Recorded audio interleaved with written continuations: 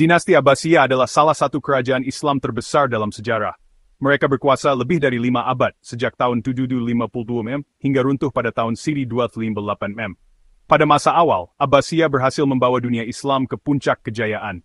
Kota Baghdad, ibu kotanya, pernah menjadi pusat ilmu pengetahuan, perdagangan, seni, dan budaya. Tetapi seperti pepatah, setiap kejayaan pasti ada masa akhirnya. Marx Dinasti Zabarid Pupias Spesia Bagblaisid Zermuanjan. Dinasti Abbasiyah berdiri setelah berhasil menggulingkan dinasti Umayyah.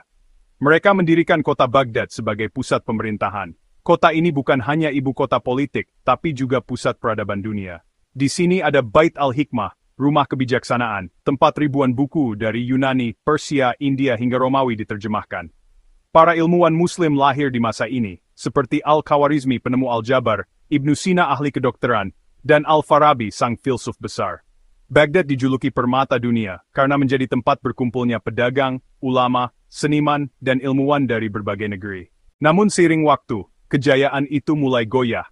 Wilayah kekuasaan Abbasiyah sangat luas, membentang dari Afrika Utara hingga Asia Tengah. Sulit sekali bagi satu pusat pemerintahan untuk mengendalikan semuanya. Akhirnya para gubernur di wilayah mulai memberontak dan membentuk dinasti sendiri. Selain itu, muncul masalah korupsi. Banyak pejabat hidup mewah, sementara rakyat ditekan pajak yang tinggi. Ekonomi perlahan melemah. Untuk menjaga kekuasaan, khalifah mulai mengandalkan tentara bayaran, khususnya dari bangsa Turki. Tetapi lama-kelamaan, para tentara Turki ini justru lebih berkuasa daripada khalifah.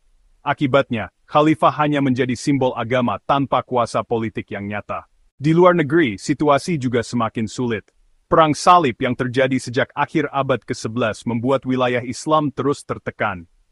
Meski beberapa wilayah berhasil dipertahankan, kekuatan Abbasiyah semakin lemah.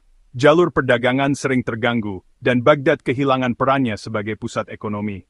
Semua ini membuat dinasti Abbasiyah semakin rapuh, ibarat pohon besar yang batangnya masih berdiri, tetapi akarnya sudah lapuk. Lalu datanglah badai terbesar dalam sejarah Islam. Tahun 1258 m, pasukan Mongol yang dipimpin Hulagu Khan menyerang Baghdad. Jumlah mereka sangat besar, kekuatan militernya menakutkan, dan hampir tidak ada yang bisa menghentikan mereka.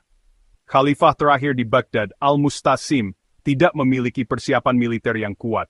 Ia menolak menyerah, tetapi pertahanan Baghdad terlalu lemah untuk melawan kekuatan Mongol. Setelah pengepungan, kota itu jatuh. Tragedi besar pun terjadi. Ribuan penduduk terbunuh, ulama dan ilmuwan dibantai, dan perpustakaan Bait al-Hikmah dihancurkan. Dikatakan bahwa sungai Tigris menghitam oleh tinta buku-buku yang dilemparkan ke dalamnya, dan merah oleh darah manusia yang terbunuh. Khalifah Al-Mustasim sendiri dieksekusi dengan cara yang sangat tragis. Peristiwa itu menandai akhir dinasti Abbasiyah di Baghdad. Namun, keluarga Abbasiyah yang selamat sempat melanjutkan kekhalifahan simbolis di Kairo, Mesir, di bawah perlindungan dinasti Mamluk. Tetapi itu hanya sekadar simbol, tanpa kekuasaan politik yang nyata. Kejayaan Abbasiyah yang pernah membawa dunia Islam ke puncak ilmu pengetahuan dan peradaban, benar-benar runtuh. Dari kisah ini, kita bisa belajar bahwa kehancuran sebuah peradaban tidak hanya disebabkan oleh musuh dari luar, tetapi juga kelemahan dari dalam. Perpecahan, korupsi, dan kehilangan kendali membuat sebuah kerajaan rapuh. Mongol hanyalah pukulan terakhir yang meruntuhkan pohon besar bernama Abbasiyah.